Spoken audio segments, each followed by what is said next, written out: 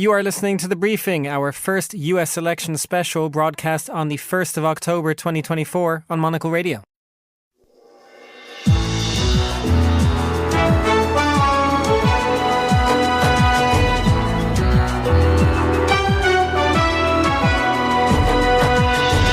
Hello and welcome to The Briefing, broadcasting live from Studio One here at Midori House in London. I'm Chris Cermak.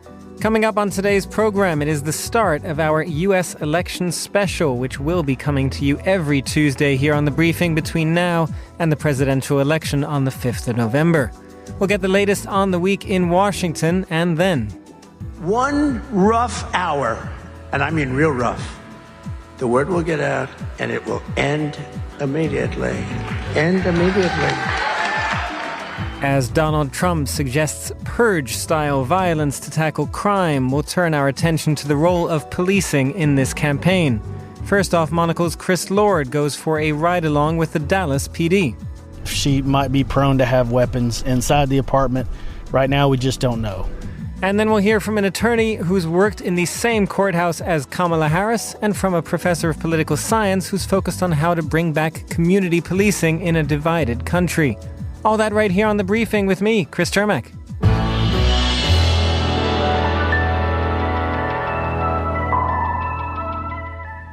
This is a special US election edition of The Briefing, and we're going to kick things off with a look at the week in Washington. It's been an extremely busy one for the White House and the presidential campaigns, with Israel just this morning launching a ground invasion in southern Lebanon, something that's taken up much of the US's diplomatic energies over the past week, and Hurricane Helene encroaching on the election campaign as well.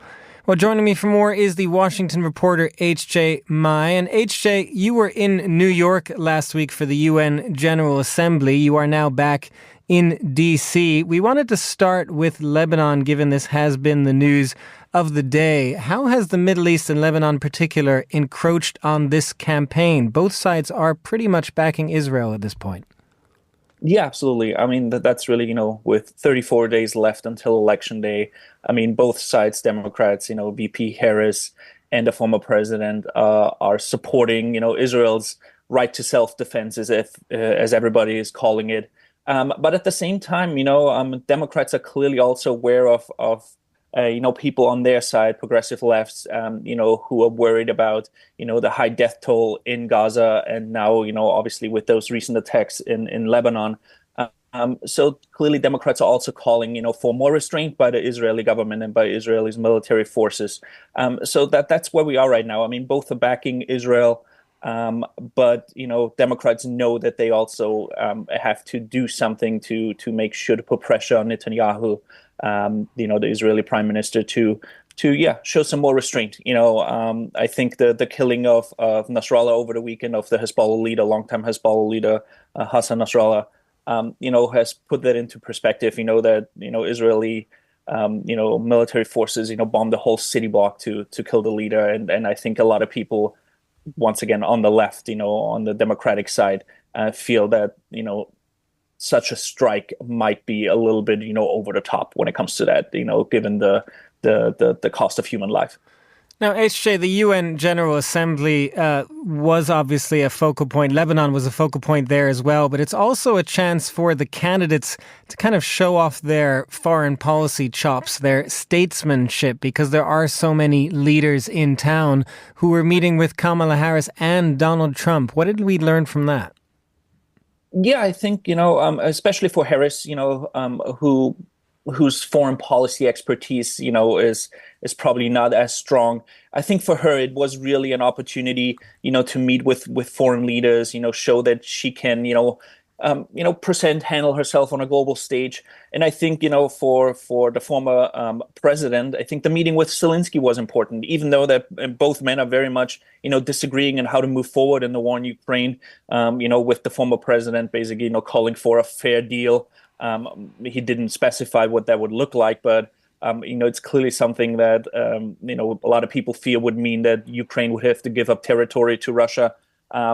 And while there was some friction during that meeting that both of them had on Friday at Trump Tower, I think it was important for Trump to meet with Zelensky, to have this discussion, and once again, present himself as potentially, the next leader. And the fact that foreign leaders wanted to meet with Trump, I think it makes sense for foreign leaders, obviously, as how close this race is, and should the former president win a second term in office, it's important to have that relationship. But I think for him, it was a boost, that foreign leaders, requested meetings with him, so close to the election.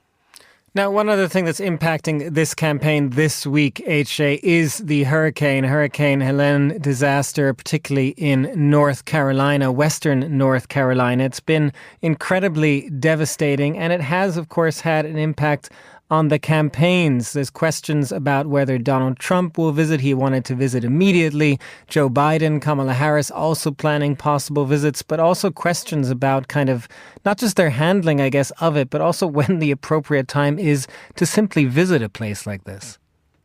Yeah, absolutely. I mean, the images out of Western North Carolina, as you mentioned, but also, southern parts of Virginia, parts of Georgia are really devastating. I mean, whole communities are gone.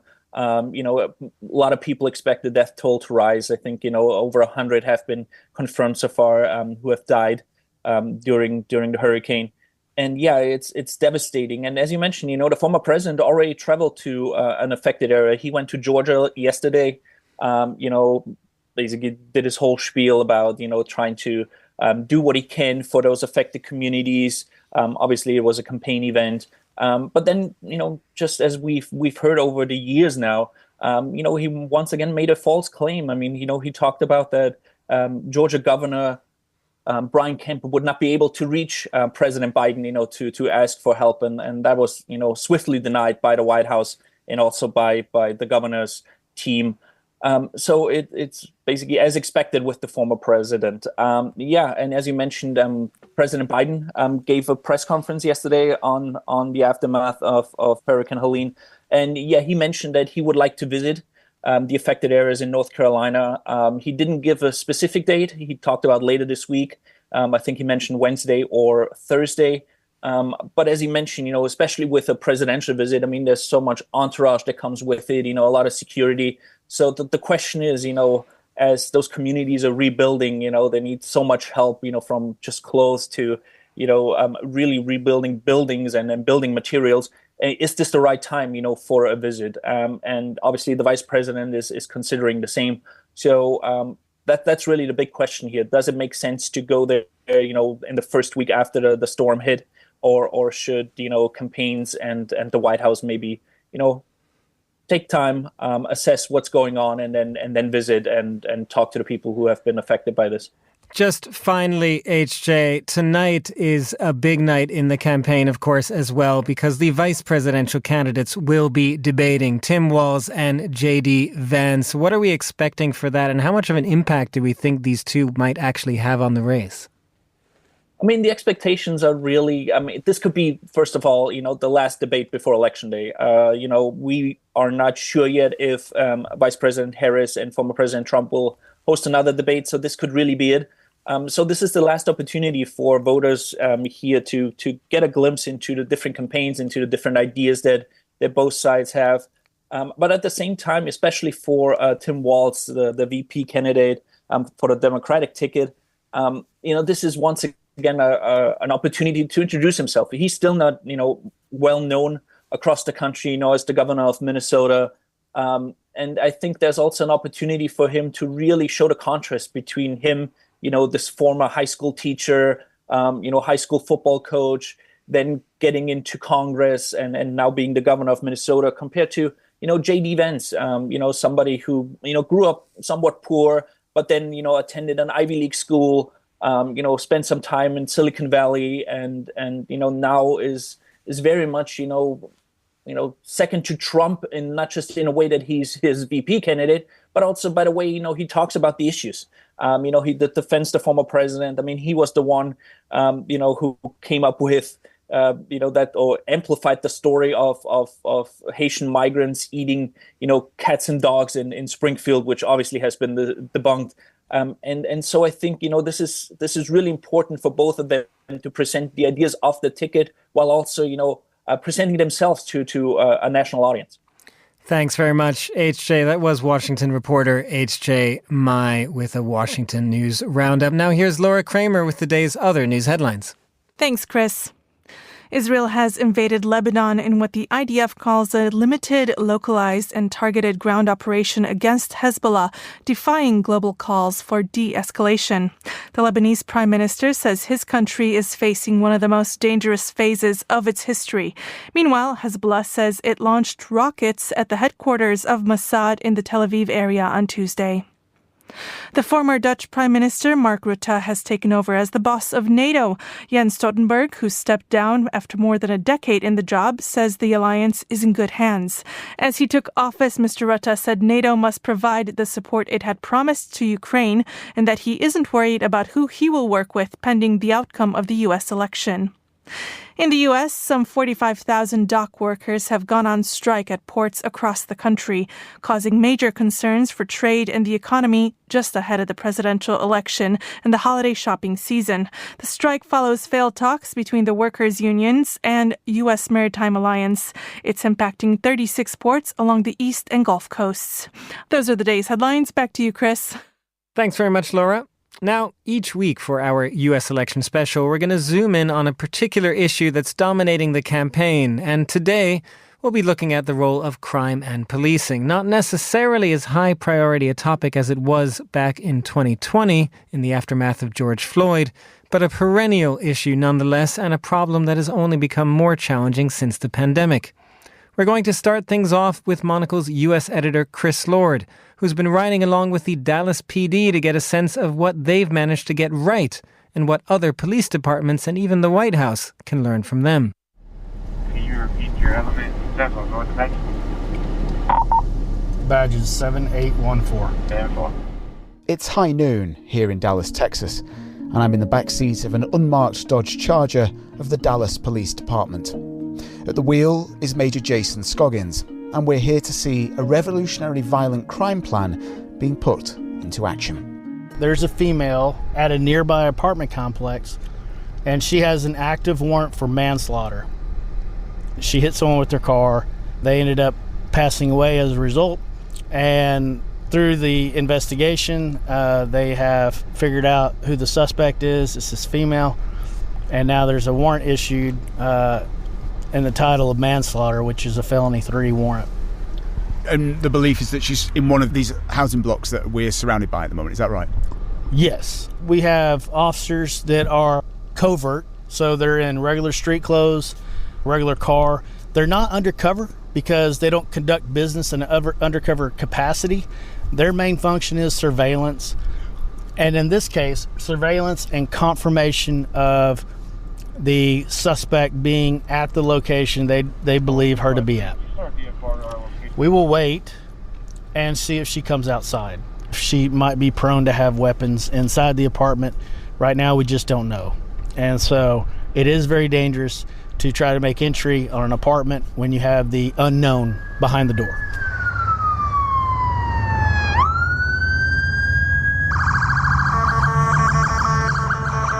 Dallas has a violent history. Like many big cities in the US, there has been a complex, often troubled relationship between its police and the people they serve. Just in August, Officer Darren Burks was shot by a local man as he was sat in his squad car waiting between assignments. In the DPD's museum, there is a memorial to the 5 officers murdered in 2016 by a man seeking what was described at the time as payback for the death of black men in police custody around America.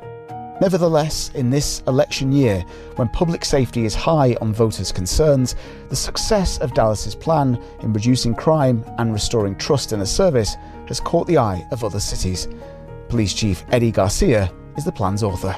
There is not a community impacted by violent crime, whether in California or here in the city of Dallas, regardless of language spoken, racial makeup, or economic status, that I ever heard the words, "We want to see less of you in our neighborhoods." I never heard it. And so when I would talk to some media outlets that they would talk to continue to, some media outlets would continue to try to drive this wedge that it was the police versus the community, I'm sitting there going, you may say that to other chiefs that work on their desks every day, but I'm out there. Born in San Juan, Puerto Rico, Chief Garcia is a veteran of the San Jose Police Department in California and is the first person of Latino heritage to run Dallas's force. The plan he came up with has echoes of a few old ideas of hotspot policing, specifically those that were enacted in New York in the 1990s, but it updates them for our time, mindful of criticism, especially from New York's African American communities, about the methods used at that time. He is seeing success.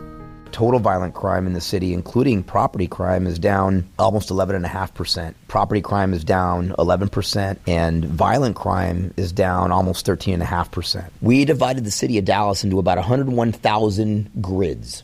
They're 330 by 330 feet. We were able to treat at the time about 46 grids.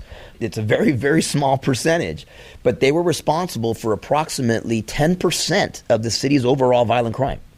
So the thinking was, if we reduce violent crime in those specific grids at the time, which was only in the mid-40s, that we will see reductions in violent crime citywide, which is exactly what we saw. Now, we made promises. We weren't going to conduct oversaturation. We weren't going to be doing stop and frisk. And one of the dynamics that's occurred... Which I should just say, both of which were figures of the kind of policing that we saw in New York in the 90s in broken windows theory. Yes. Because we treat our grids in two ways, by being visible and being present at certain times of the day, and by having intelligence-led policing at which individuals are responsible for violent crime and what root causes in those neighborhoods are responsible for violent crime. And so what we found is we not only found that we had massive reductions in our grids that led to reductions in the city's overall violent crime, but we were making less arrests citywide. And so being surgical that way and really trying to target the right areas really not only led to those reductions, but led to a lot of community trust. Garcia believes that the success of his plan relies on building trust in the community in his cops. In 2023, polling company Gallup found that confidence in law enforcement across the US had dropped to 43%. According to the chief, restoring trust comes with transparency. I want to find out where my blind spots are, where we need to get better before anybody else does.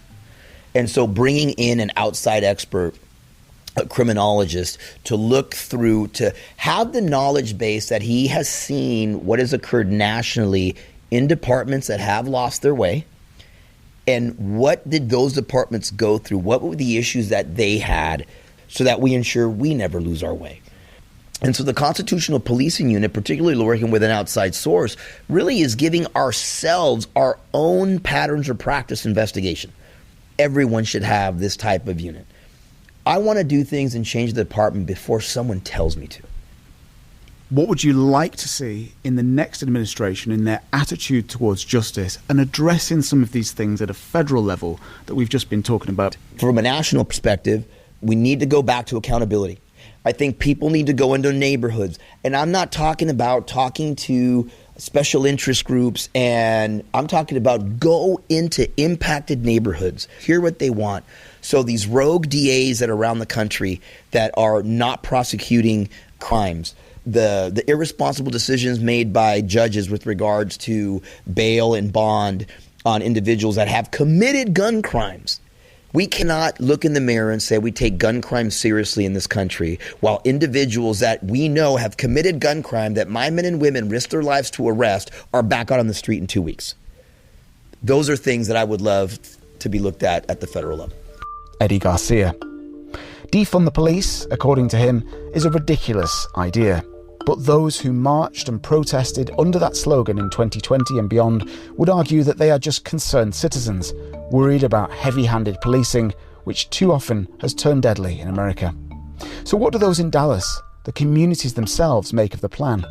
Antong Lucky, a former gang member who spent time in prison, is president of Urban Specialists, an organisation that brings law enforcement into communities to talk to local people about their concerns. We did the first ever gang peace treaty with the Bloods and Crips here in Dallas, where we had over 400 gang members to sign a peace, and that became the foundation of the work that we do today. If you bring people together and they have proximity, whether it's gangs, whether that's politicians, whether that's law enforcement, if you bring them close together, we can find a commonality, then ultimately we can have safe communities. right over the road from where we are is the Dallas Police Department headquarters. Since 2021, they released a violent crime reduction plan. Give me your appraisal of that, Anton. What you make about that plan? Well, you got a chief who is willing to not be just behind the desk, but walk to neighborhoods, go to neighborhoods and meet with people and hear their concerns. Then you own to something. We are strategically aligned, right? And our job is to bring the law enforcement together with community in a way that it ain't been done across the country, right? It ain't been all good. I don't make it seem like it's been all good, because Chief Garcia is just one person. This mentality that he has to go down through the 35 or 3,400 men that look up to him. And sometimes it's not well received. If you look at his track record, he disciplined his officers. And the same, when you look at urban specialists, what we do, when there's an incident, we have people in our community who are doing some stuff, we stand firmly against that. And I think that's the trust building process. During the height of George Floyd, I say this, we did over 2,800 surveys, and we asked specific questions, right, about policing. And 93 of the respondents on those surveys at the height of George Floyd said that we wanted more police. We just don't want to be profiled and harassed, but we want police in our community so we can feel safe.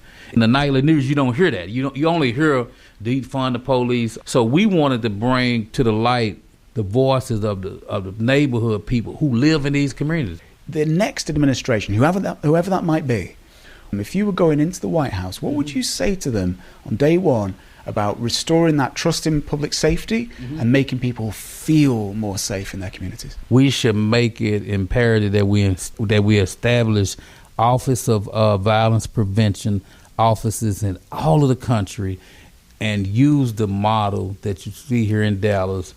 But I believe if we have an administration in the White House that takes this serious, I think that in probably 5, maybe 10 years from now, every city in America can see a drop in reduction of violence, because there are individuals in every city that I go to who are working to address this problem. For Monocle in Dallas, Texas, I'm Chris Lord. Monocle's Chris Lord there. Thank you. You're listening to The Briefing on Monocle Radio.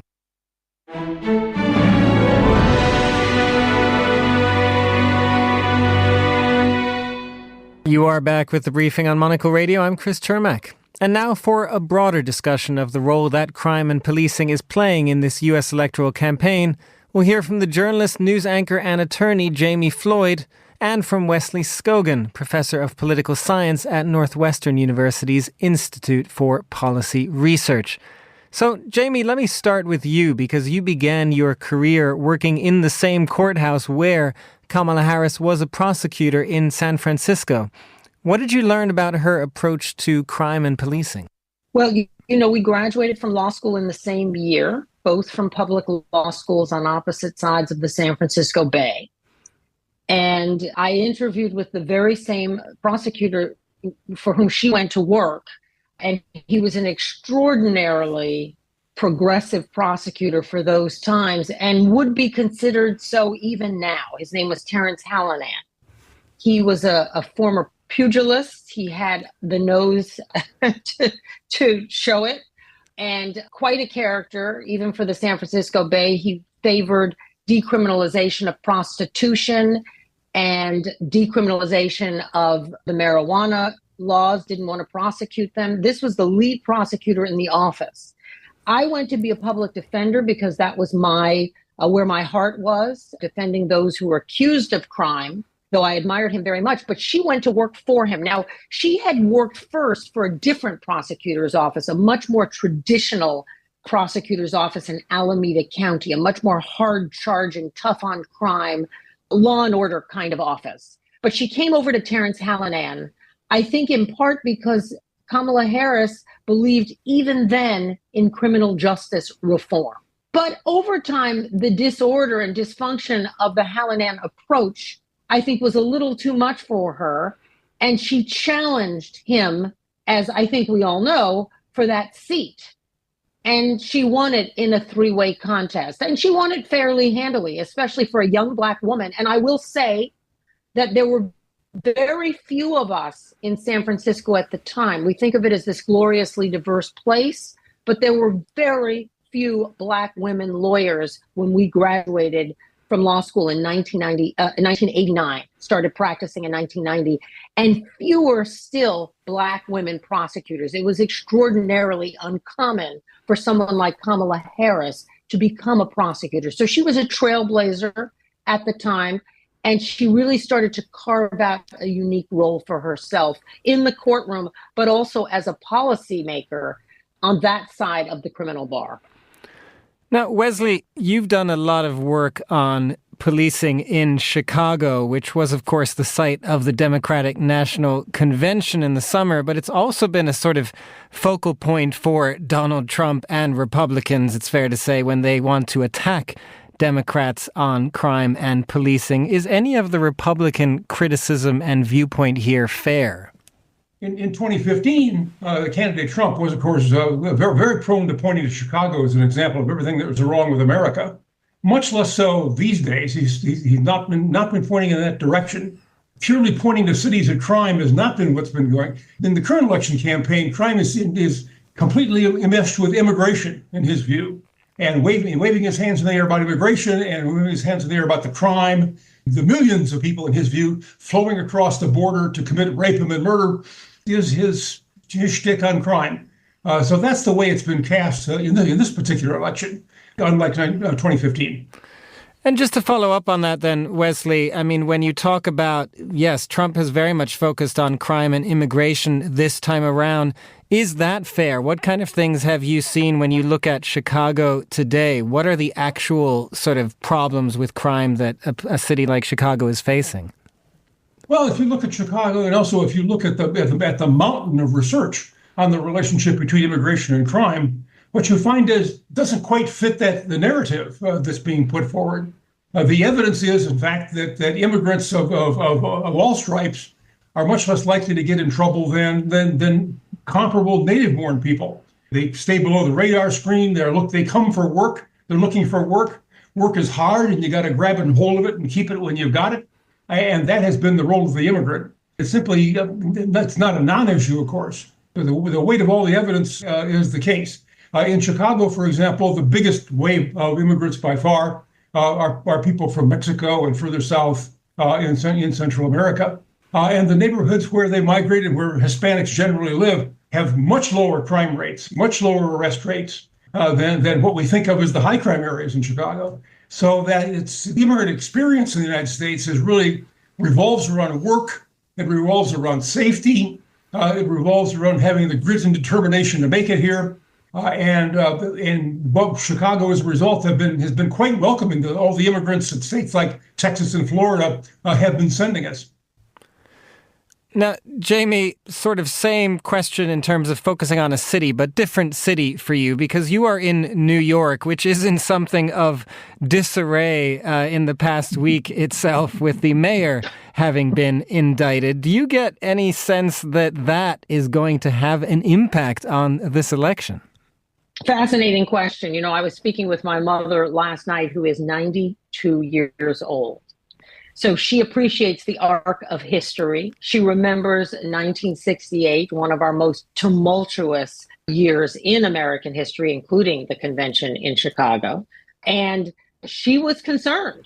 And she doesn't get concerned about much because she's seen so many things.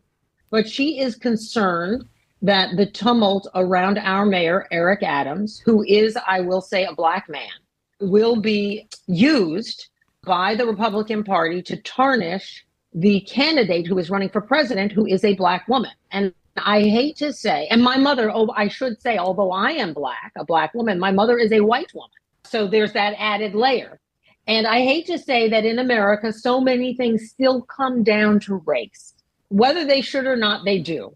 So the question you're asking is less, I think, about crime, Chris, and more about this tradition we have in this country of we're constantly yanked back to it's not the only original sin, but one of our original sins, which is enslavement and our history of race post-Reconstruction, which was, in the 1870s, and this tension we have around power and race.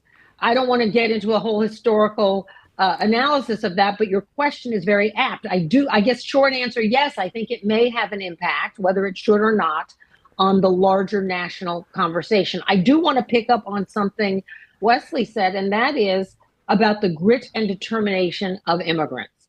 Immigrants have always had grit and determination. We are a country of immigrants. The founders of this nation were immigrants. Alexander Hamilton was an immigrant. So this notion that immigrants are committing crime, what happens with all of the focus on crime, and this has gone on, Chris, since before I was born, crime has always been an election issue. But it is also often not connected to the reality. The fear that people have around crime is not connected to data. And if you look at the numbers, as Wesley suggested, immigrants want to stay below the radar. They're not committing the crime. And in fact, crime is down. The FBI numbers and local crime stats suggest that violent crime, murder rates, robberies, rapes, all of that is down. But the focus is on the 1 or 2 or 5 crimes that happen. And yes, some of them involve immigrants. And we in the media, I will say, focus on those crimes, and then the parties latch onto them. And I will say the Republican Party, Donald Trump in particular, latch onto those stories. And that's where the fear factor comes in. Wesley, to the point about race and the role that has played in these elections and in the past, I mean, your work has focused particularly on the role of community policing as well, which involves the police getting to know their communities and is, of course, such a critical thing in the aftermath of George Floyd and the Black Lives Matter movement, for that matter in particular. Do you get the sense that that is even harder right now with all the sort of rhetoric around the elections? I'm assuming that doesn't help the effort. Certainly, but you in the current environment in this country, you simply can't discount the incredible polarization over party identification, the incredible polarization over sort of basic fundamental views of reality as well as of political life. That's the great divide in this particular election. Donald Trump has been very confused about race, but he's not at all confused about the fact that the country is going to hell. So what happens is a partisan divide that predicts everything. The partisan divide determines how people think the economy is doing. The partisan divide explains why people think that crime is going up or going down. So that's really the important and driving force in this election. But I'd say that, for example, in the polling on crime, the big national poll came out yesterday on the checklist of issues, crime, just by itself, 4% of the population thought crime was a serious issue. Crime and immigration, another story. So this linking of issues and the polarization around it is the story of the world we're facing here. And Wesley, just to follow up on that, because I think what's interesting is, on the one hand, how these elections, as you've both been talking about, how crime will impact this election and voters. But I am also curious about how it actually impacts policing. How challenging has it been in your mind for police in their communities, given some of these perceptions about crime, whether it is about immigration or race? Well, the divisions of communities over policing are long and enduring. They're as old as American history. And those divisions continue. In 2020, much of the media concentration was focused on issues like defunding the police and cutting size of police departments, and that was a very valuable discussion. It's still taking place, but it's not the national political discussion right now. That's for sure. Police reform remains on the agenda in very American cities, but the problem is it costs money, and right now American cities are feeling pretty broke. So if anything, many police departments consider themselves to be substantially understaffed and underfunded. That's certainly the case in Chicago. No one knows exactly how many police you need. That's one of the great unanswered questions in our world. So what you need is a political construct. It's a historical construct. But by the standard measures of how much you need, which is how much you had in the past, many police departments are smaller than they were and consider themselves to be stressed. But of course, they were also tremendously stressed by COVID. They were tremendously stressed by the big round of retirements that took place during and immediately following COVID. So I'd say that in some ways it's situation normal in American policing. Tensions between police and the community, the feeling that we're overworked, which has been a constant since the police were invented. Those issues are pretty much running on cruise control.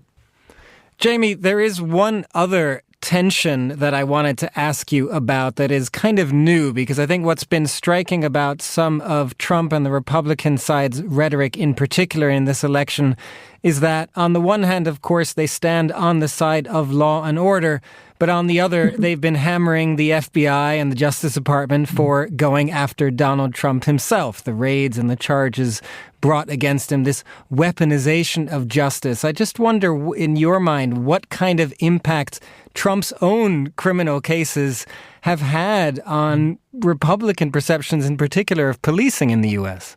Well, it is a very interesting election. So I would say, going back to my childhood, going back to 1968, the Republicans have owned the law and order message.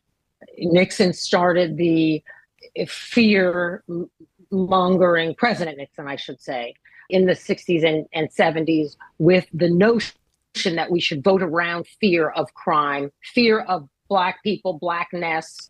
And that has carried through. And it's not just the party, of course. The media has played a large role.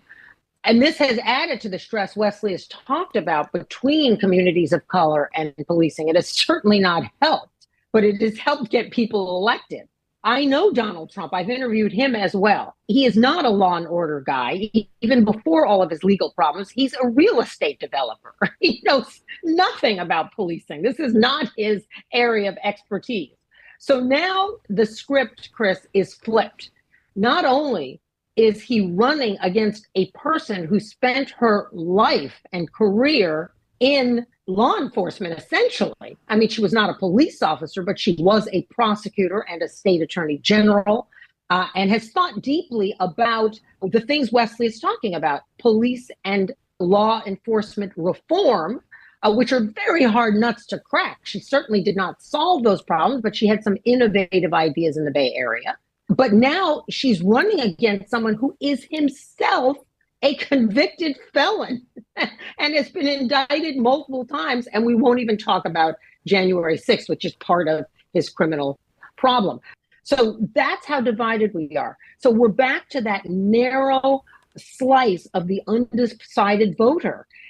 Will it matter to them that the law and order candidate, the traditional law and order party, they're running someone who has himself broken the law multiple times? I can't answer that question. As Wesley said, we're talking right now. The action comes on election day or in early voting.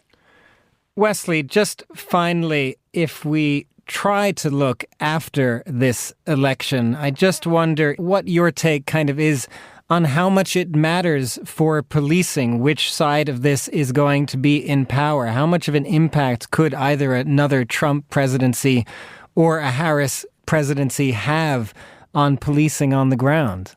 Since policing in this country is very local, its impact is going to come in two ways. The first way simply is one of leadership and vision. Jimmy's right. Kamala Harris understands police reform. She understands the realities of police reform, not just the rhetoric of police reform, which this is unusual for a politician.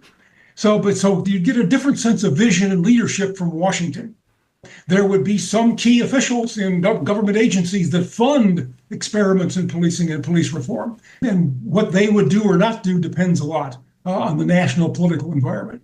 In the end, policing is a tough local political slog, and the slogging still goes on and still continues to go on. It gets muted by the national environment right now because of the election. But that local slog toward reform will continue. There's no question about that. The question is whether the federal government with limited resources and lots of vision will be on the side of reform or not is the issue that is before the voters now. Jamie Floyd in New York and Wesley Skogan in Illinois. Thank you both very much for joining us. And that is all the time we have for this U.S. election special edition of The Briefing. It was produced by Laura Kramer, our researcher was Gunnar Grunlid, and our studio manager was Flynn Simons. The Briefing is back tomorrow at the same time, and our next U.S. special will be next Tuesday.